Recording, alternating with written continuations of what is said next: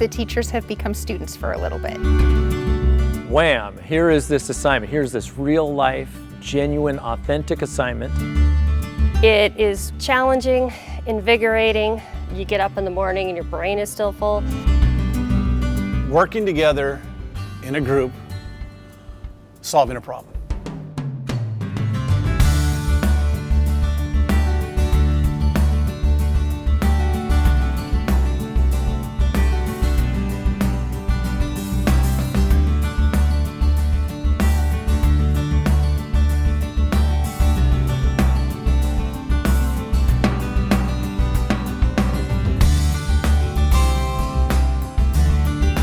The STEM Institute has provided me with a challenging and invigorating opportunity to re-engage some of those basal skills that I know. We were given a scenario to solve a problem for Benton City and to figure out a solution for an energy problem. That is mind-blowing for a science teacher in a high school class who is used to doing one subject or one topic a day.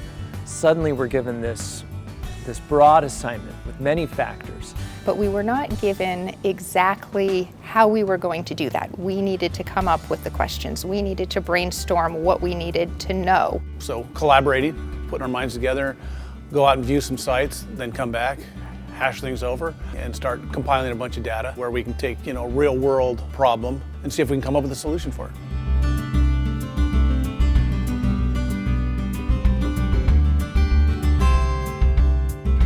My favorite part of the week has definitely been being in the field with Kyle and Janelle. Scientists who work in a national laboratory are like superheroes to science teachers in the classroom.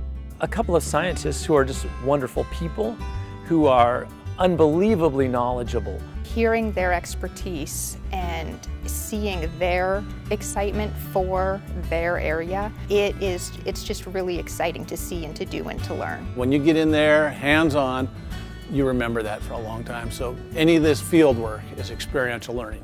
That is refreshing, it is energizing, and it's stuff that you store away because you know you're going to share those stories with students. It will allow me to go back to the classroom and provide experiences and opportunities for kids to get more involved in STEM and project-based ideas. We're laying the foundation for these learners and problem solvers of the future. To hopefully get them interested in being the next generation of science teachers or scientists.